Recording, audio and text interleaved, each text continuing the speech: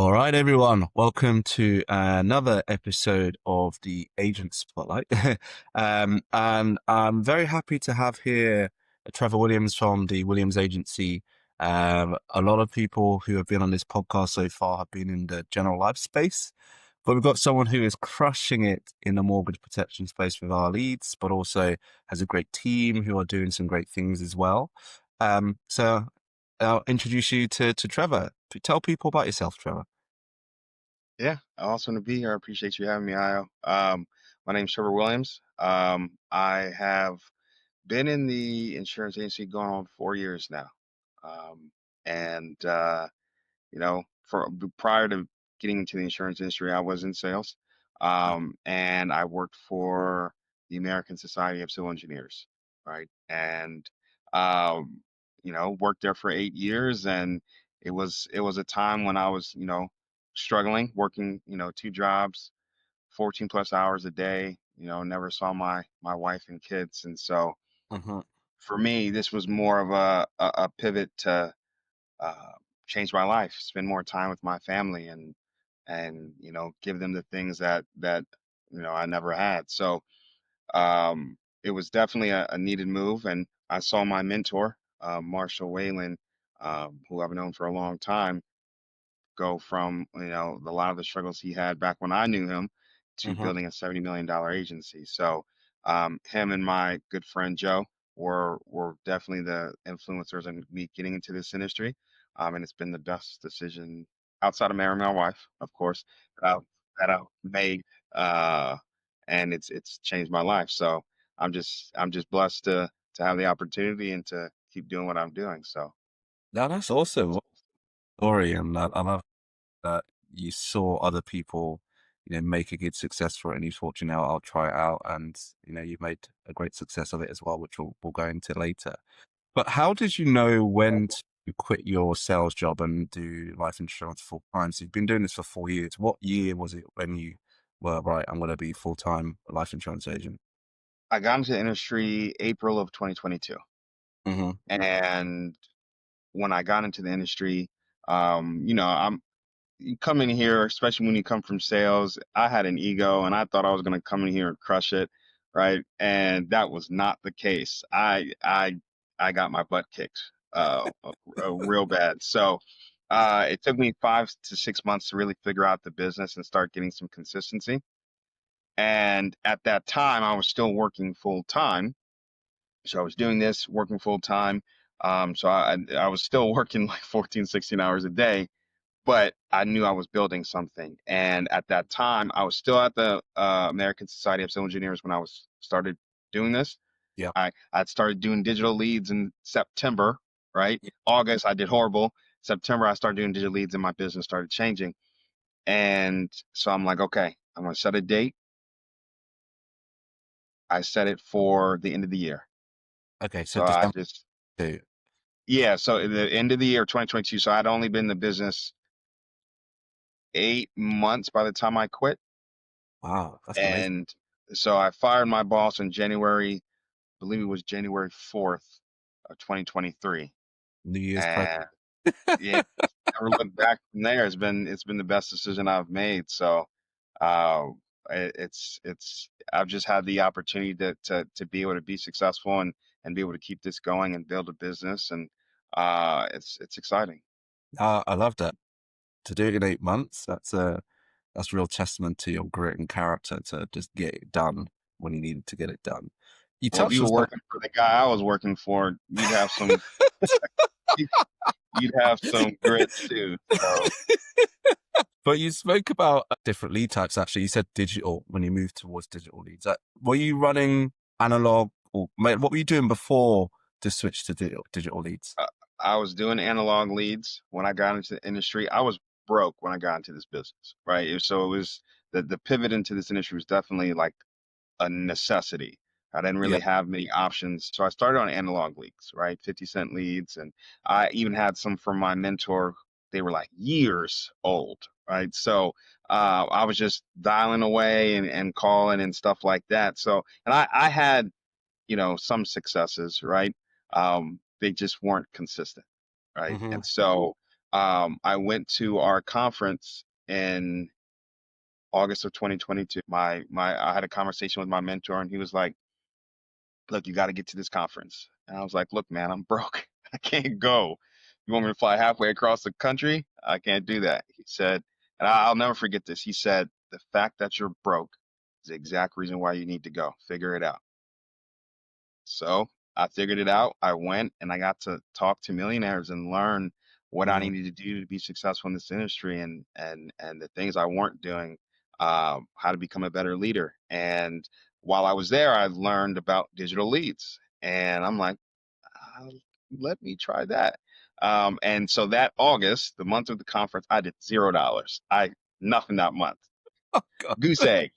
Yeah, it was bad. It was bad. And the very next month, I started the digital leads and did just shy of 10 grand, Wow. right? Just like that. Just like that. And obviously still make mistakes and kind of fumbling my way through, but it definitely was a lot better, a lot more consistent, a lot more predictable. And I just kept that going. In November, I believe I did 18 in November, and then in December I did somewhere in the mid range of 20s or so around there.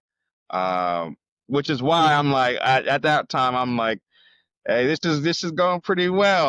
I have to tell my boss goodbye. So it the progress in those 3 months was faster than all the progress I've had prior to that, which was about from April to September, right? So it expedited my growth and business success much faster than I was trending before. So definitely was a great help to getting me to where I am now.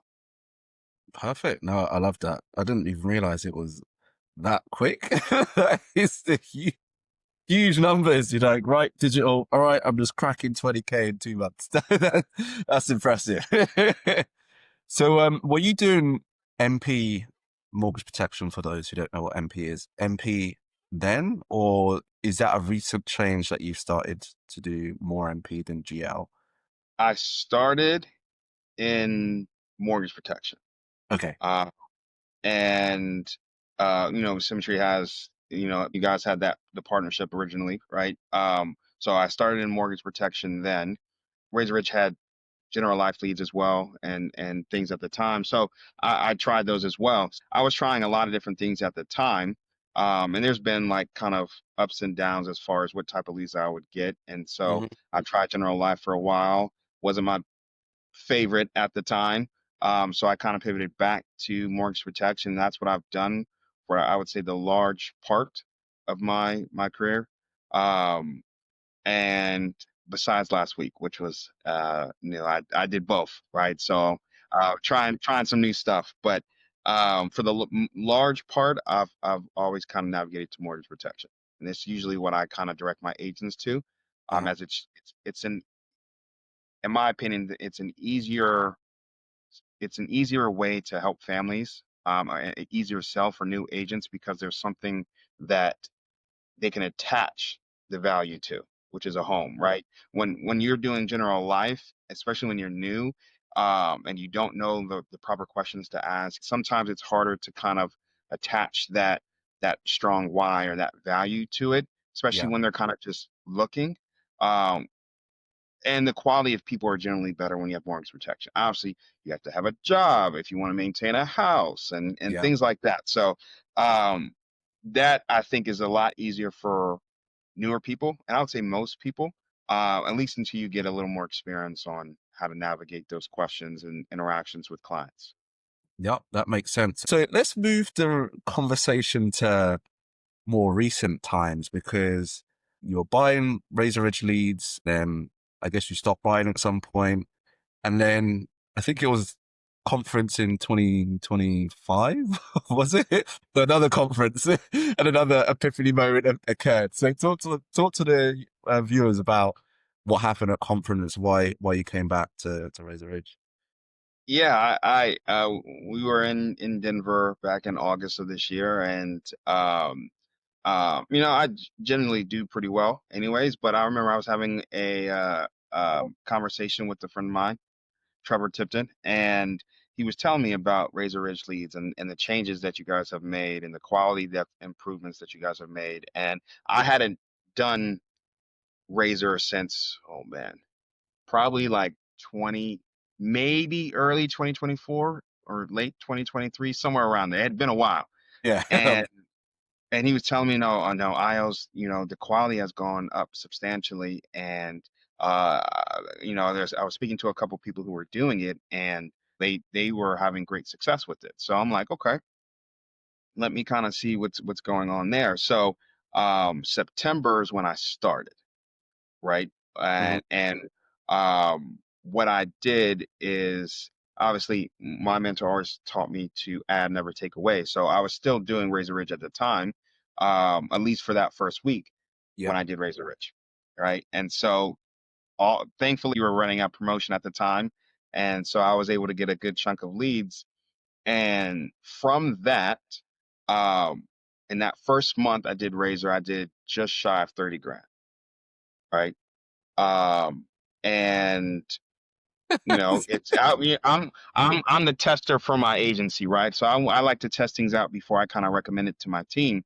And so Hmm. I'm testing it out, and I'm like, it was night and day to what it was before, right? You guys didn't even have mortgage protection back when I was doing it, right? It was just Yeah. general life, Yeah. but Yeah. I was testing it out, and so consistently week after week, I was like, okay, this is working, right? The quality of people were really really good. The consistency of my interactions, like being able to get people on the phone and have those conversations, and they know exactly, expecting my call and things of that nature. So by week 3, I was like, okay, I'll share this with some of my team. And so I had some of my team, and they've been able to replicate similar results. We had, one agent who she did 13,000 while we had our team trip to Jamaica, right?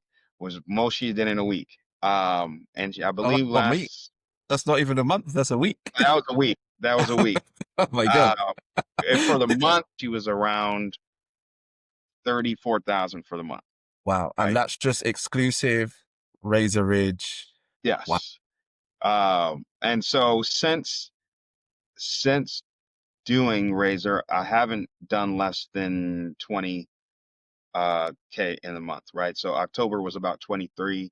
Um, we still got couple days before this month ends. I'm at 21 right now. I'm hoping to get to 30 before, at least before the end of the month. So it's been pretty consistent, and so I'm enjoying it so far. And I've gotten quite a few of my team on board as well. So they're excited. I've had other agents that have had similar success. It's just once they switched to getting Razor consistently, the consistency in their production has definitely increased. I have Perfect. one agent, Latoya, who's been killing it, right? Just every week, she's just on top of it and doing extremely well. So everyone who I've referred to it has been having consistent great success. So uh, it's been good. So I can't complain. No, that's great to hear. And do you know what? It's good to have a team that focuses mainly on mortgage protection because sometimes it's the forgotten part of the Razor Ridge business because we didn't really do it previously. A lot of or a lot of the people that we speak to, or a lot of people within our circles are general life. But actually, the reason why I added mortgage protection in the mix was there's a space within the industry at the minute for analog leads, which are, high quality but very expensive mailings, direct mailers, right? They cost, significant 70 to $100 a lead. But the quality's there and, people close them, but it tends to be older people that they close as well. So what I was trying to do with the mortgage protection product that we have was to do something different, which was to take the audience set that direct mail uses, so people who have recently remortgaged, or people who have recently moved home, or people who have shown some sort of interest in their mortgage recently, show them an ad at a time that makes sense. And with a message that makes sense. So our message, as you know, is mainly mortgage protection with living benefits. But then what happens is we're getting people who, one, are motivated because it's a message they're not seeing before, Two, we're using a platform, YouTube, where they are wanting to be educated. So it's helpful to get something that's a bit more technical across to the agent or to the lead. And the third, even more important, is that we're creating a digital version of the analog sort of mailing lead. And so I would never say the quality is good or whatever, because I don't work the lead, so I can never say that. But what you Yeah. can see in the numbers is that people are getting the consistency, like you and everyone else in your team that are coming on board, and there's other agents who are getting the consistency that they have been searching for. And I think another thing that helps is that the age bracket of the person that you're speaking to as a lead tends to be lower, which means you have more options available to them. So you mentioned something while I was speaking to you on a separate call. There was a specific product that you're starting to sell more of. Was it LGA or? Yeah, yeah. I like LJ, right? They have the best when it comes to leveraging like term policies and stuff like that. They have like the best stuff. They have living benefits, Mhm. very cost effective. But usually you have to have a certain level of health Yeah. to make sure you get approved, especially instantly. And so when I made that shift to Razor, I could instantly see the quality and healthier people that I was talking to. So, because I started doing a lot more LGA business, right, which is great. So the pivot from, like you said, younger, the median age that I've at least seen with the leads that are coming in for mine, I would say are usually between 30 and I would say about 60. There's the on the high end, I've had some 65, Mhm. 63 and stuff like that, but I would say the median age is between 30 and 60, right? Which is exactly where you kind of want it, right? Yeah. So that and the ability to be able to have clients that are relatively a lot healthier than I've had in the past makes being able to kind of go through products like LGA, which has specific products with symmetry that we can leverage, where I can put healthier people through that, so I can maximize the amount of coverage they get for a lower cost, which is a win-win for everybody. Yeah. And that's been a lot more consistent, so I can leverage that to have those better options for a lot of my clients, which that coming along with the living benefits is just a great tool to be able to use as well. Yeah, I love it. I love it. So obviously you've got great numbers, you're being consistent, your team are crushing it as well with the MP leads that we've got here. What are you teaching them to how to engage with the leads? How do you approach a lead that potentially is looking for something that they may not qualify for in terms of they may want full coverage of the mortgage, but how do you navigate those conversations? Talk to people about your strategy that has enabled you to be consistently 20K plus a month ever since you moved on to the Razor MP leads. Yeah, the first and foremost, it's uh, speed to lead is one thing. When it comes to digital, that's very much so, right? I can't remember the exact statistics, but the longer you wait from that initial conversation where you respond to them, let's say they respond to the if you're leveraging the CRM system like Funnel or Activate or whatever it is, when that lead responds to that automated message that they get, the longer you take to respond, the lower your percentage of actually being able to help that client, Hmm. Yeah. right? So this is something as like when they respond, you have to be ready to be kind of ready to engage and leverage that immediate connection to be able to Hmm. kind of start that process and help them, right? So Yeah. you have to be ready for that.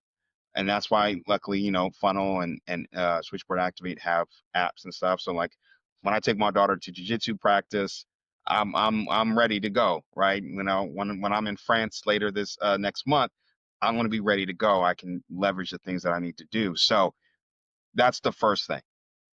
The second thing is I'm really big on relationships, right? Mm. My mentor Marshall always said, you know go out and make a friend, right? I'm not trying to sell you anything, right? I'm building relationships with. That's why most of my clients are my friends.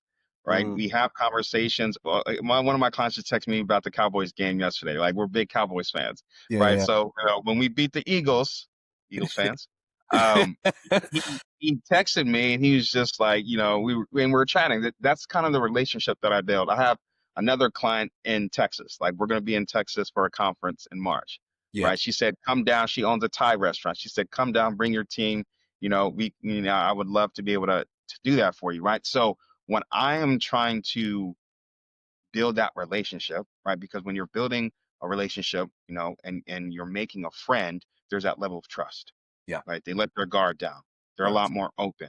I can really get to the root of the problem and build a solution that can help them get to where they need to be, And how do you right? build that relationship? So what are you saying it in your first text? The previous podcast actually with Kristen Mother said exactly the same process. Very much conversation. Very much it's all about being their friend first before trying to sell them something second, right? Yeah. So how do you go about that process of becoming a friend before you then start saying, okay, these are your options?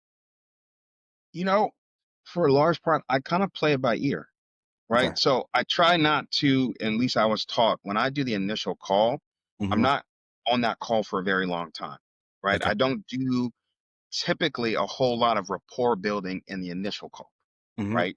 I want to get the information. I want them to come show up on the call. Now, depending on who I'm talking to, and again, as I was taught, like if I can make you laugh, the percentage chances of you showing up to our presentation is increased Yeah. drastically.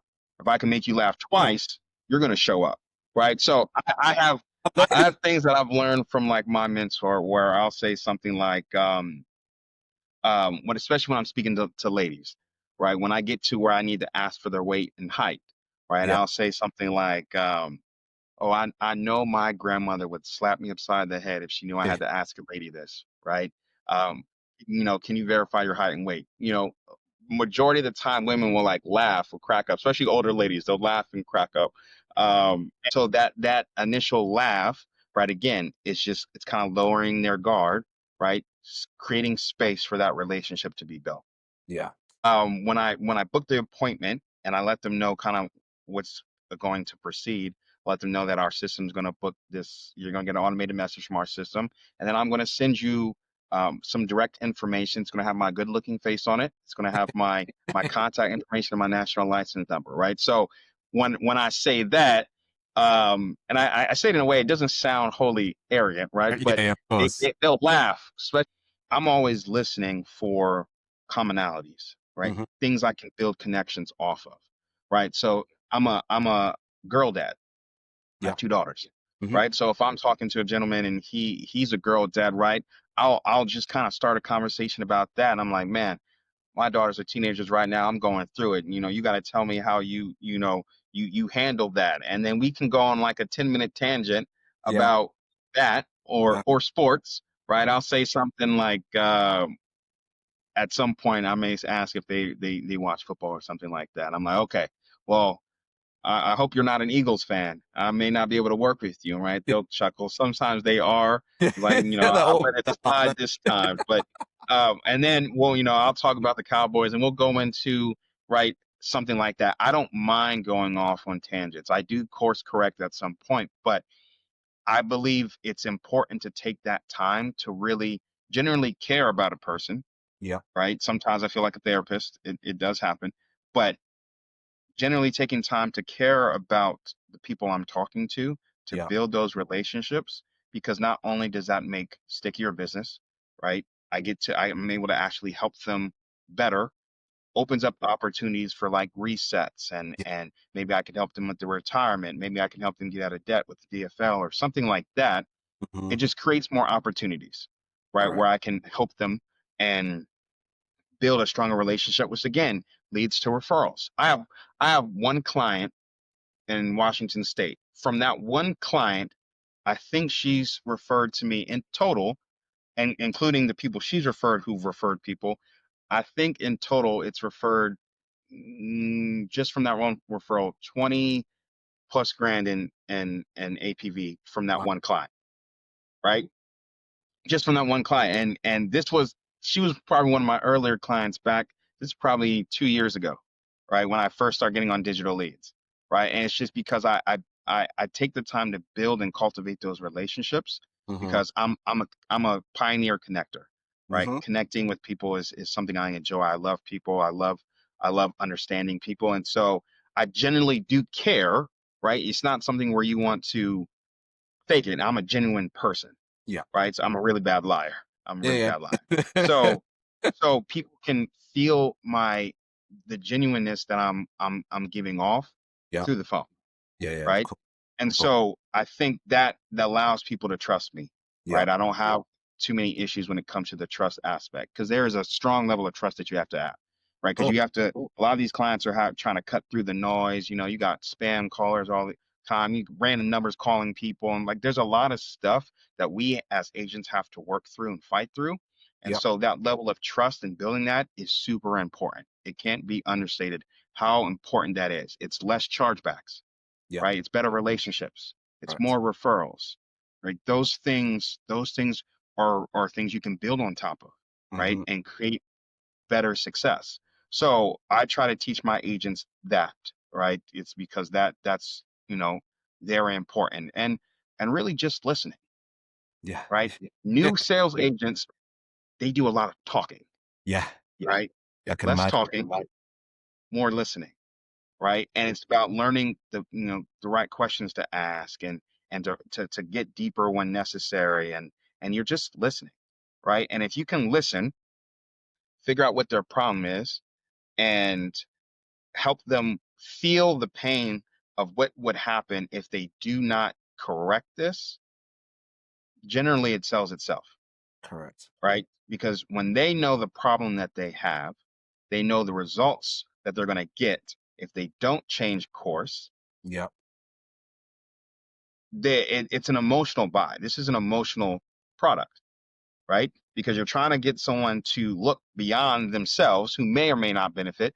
Granted, the living benefits do help with that, Yep. but you're trying to get someone to see outside of themselves for somebody else, right? Which is not always the easiest thing. So it's in a very emotional kind of purchase. Like, so you need them to understand and feel that pain Yeah. in order to be able to do that. And that starts with listening Correct. because you can't, if I say, I don't mean, your wife's going to be in very difficult place if something happens to you, right? That's different than if I got you to say the same thing. When you Yeah. say it, it's the truth. Yeah. Yeah. When I Well, say it, I'm trying to sell you something. yeah, that's true. Yeah. I could like, yeah, whatever. But if said, oh, do you know what? You're right. If I wasn't here and I didn't have this protection, that, and yeah, you're right. If you feel it more so when you when you say Yeah. it, And that's a different conclusion and different conversation you're going to have because oh, now I'm not having to sell you anything. no. You know, Yeah. you You know, know you need it. arts. Yeah, that's so true. Yeah. That's so And true. if I do that on top of the relationship that we've already built, Mm-hmm. because if we're talking as friends, right, or newly friends, you're like, and you feel that, right? Okay, let's go ahead and get this taken care of, Yeah, yeah, right? definitely. Because Definitely. the difference where why agents like myself can come behind another agent who's maybe helped somebody in the past and they didn't go back to that agent, and I'm able to either help find them better options or replace that business or whatever it is because you're going to want to work with someone who you can laugh with, who you can talk to, who you can trust, right? This is not just something where I'm going to sell them and then I'm gone. Yeah, Like, yeah. you're never going to hear from me again. This is just a transactional thing. That I think is where a lot of, especially new and excited agents kind of get to or Mm-hmm. start out. Yep.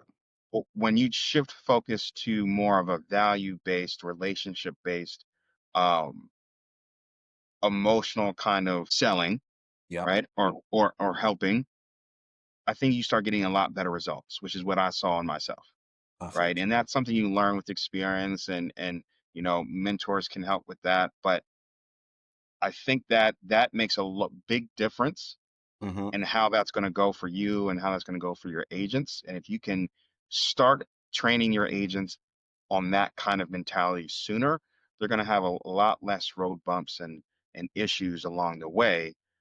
which obviously will get them to more consistent productivity and profitability a lot faster. Man, that's some killer advice. I love that.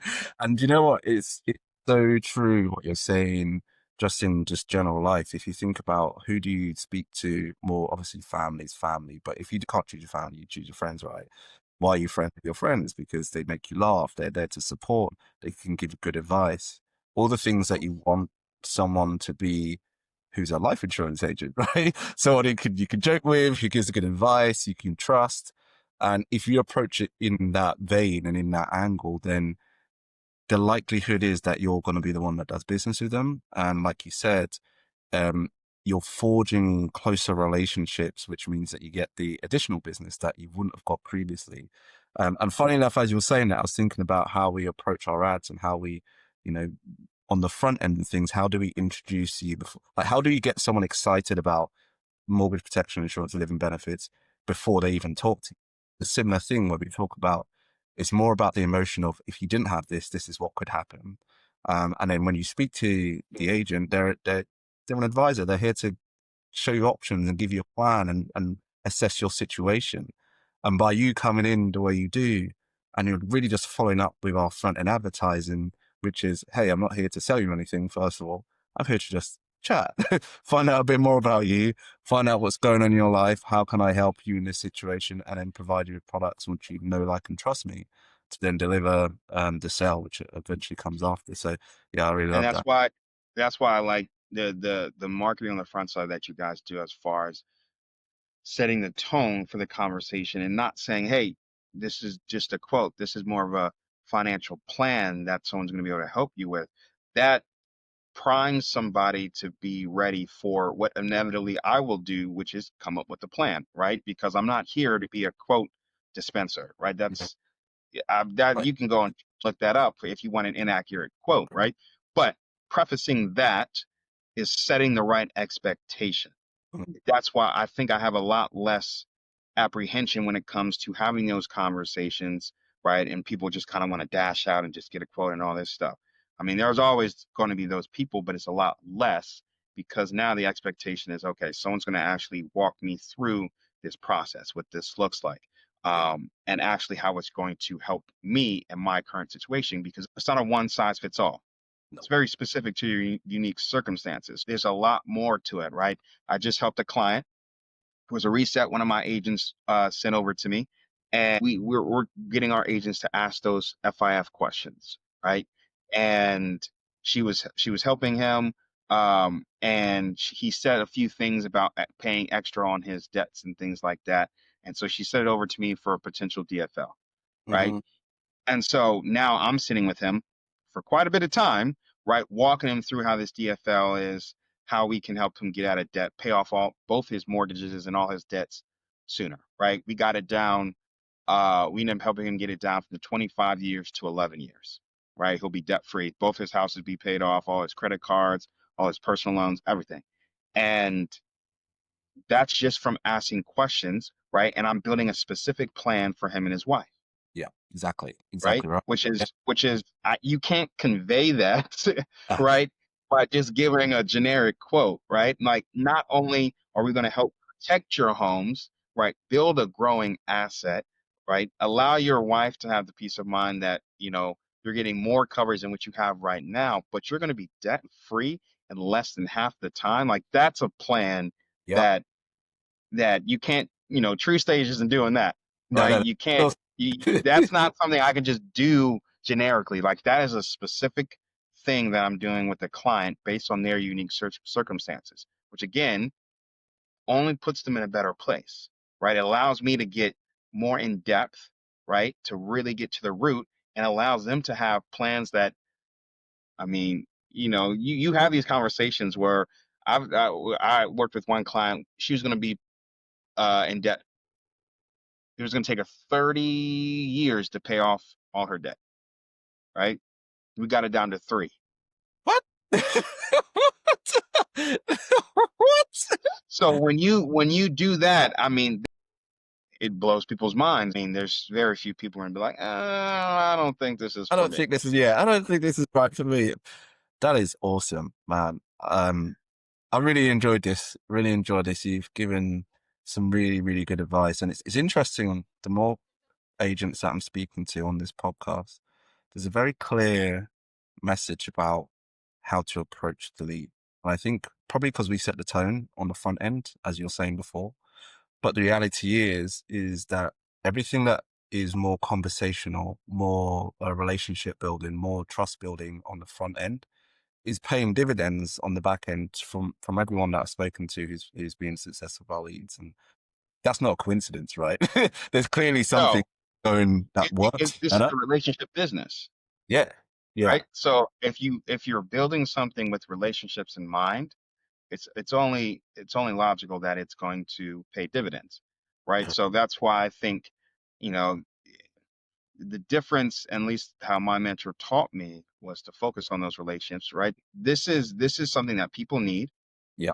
I mean, I love people, right? And so I love building those relationships. I love having conversations. I learn so much from just talking to my clients. That's what I enjoy. So when you come in with that mindset, I think it's a game changer. So, I think if more people found that mindset, that I think generally people would have a lot more success than they may be having right now.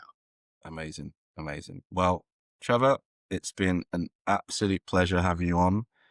Great numbers. Obviously, your team are doing excellent. Really excited to forge a closer relationship with the team as well as we help build everyone up the numbers in terms of APV, and look forward to the next episode of the Agent Spotlight, everyone. Yeah, Cheers. it's been an honor. I appreciate you having me on, IO. It's fun. I like these conversations, and I appreciate you, and I appreciate the relations that we've been able to build, and I'm looking forward to our future success. Awesome. Cheers. Speak soon. Bye. Hey.